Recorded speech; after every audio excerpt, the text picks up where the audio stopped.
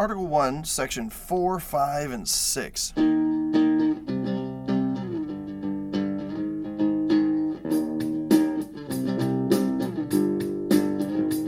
Section 4 says the times, places, and manners of holding elections for senators and representatives shall be prescribed in each state by the legislature thereof. But the Congress may at any time by law make or alter such regulations, except as to the place of choosing senators. So states still have a lot of power in the election process.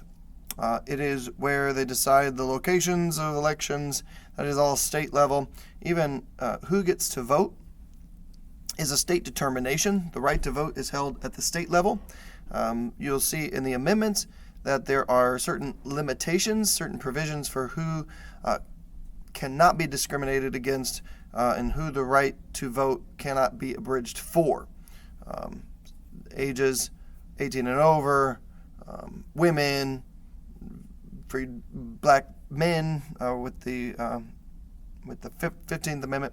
So you see that those provisions in the national government.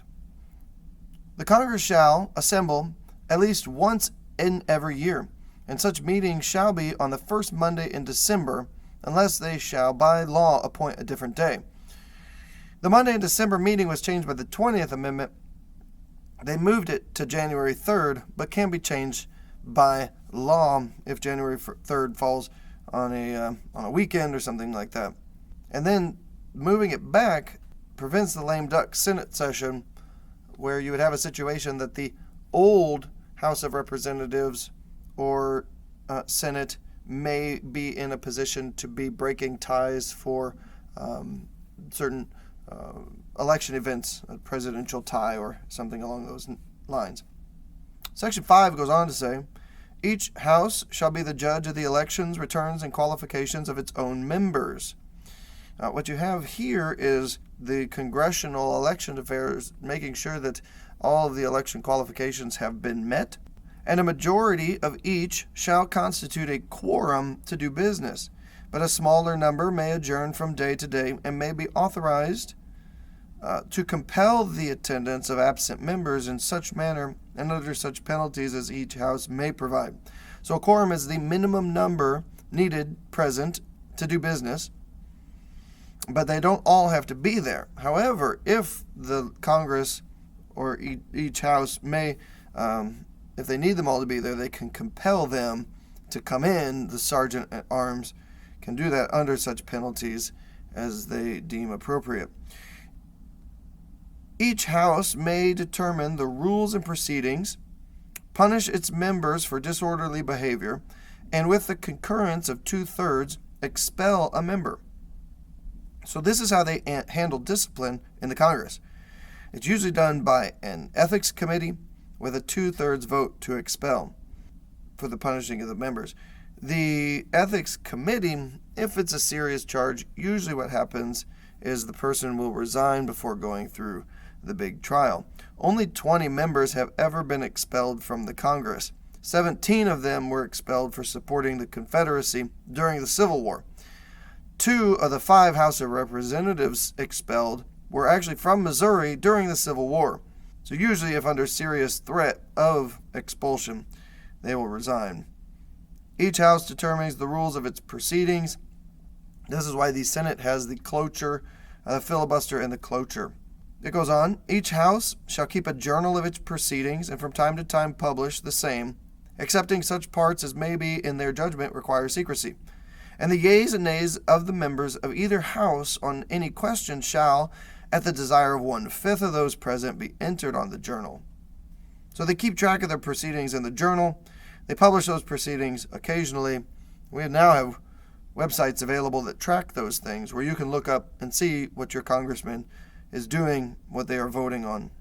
Neither House during the session of Congress shall, without consent to the other, adjourn for more than 3 days, nor to any other place than that in which the 2 houses shall be sitting. Section 6 is compensation. The senators and representatives shall receive a compensation for their services to be ascertained by law and paid out of the Treasury of the United States. This is actually modified slightly by the 27th Amendment.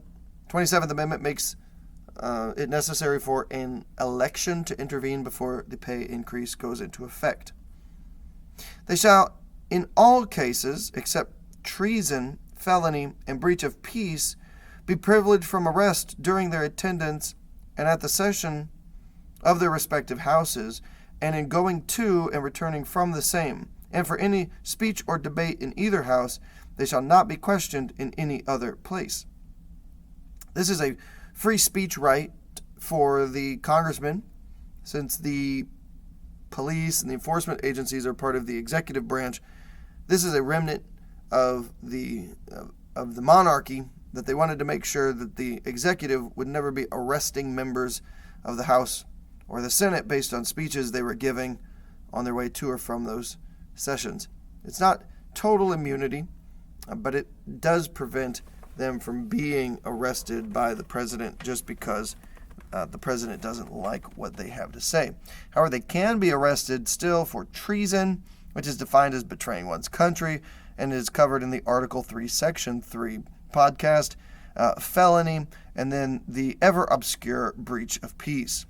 It goes on to say, no senator or representative shall, during the time for which he has been elected, be appointed to any civil office under the authority of the United States, which shall have been created, or the emoluments whereof shall have been increased during such time. And no person holding any office under the United States shall be a member of either house during his continuance in office. An emolument is a salary. This clause is meant to protect from corruption. It also limits them from serving in other parts of the government at the same time. For example, in Britain, the Prime Minister chooses cabinet members from Parliament who also keep their parliamentary position. So what you'll see is the President choosing cabinet members from the Senate or the House of Representatives who must resign that position in order to become a cabinet member, secretary.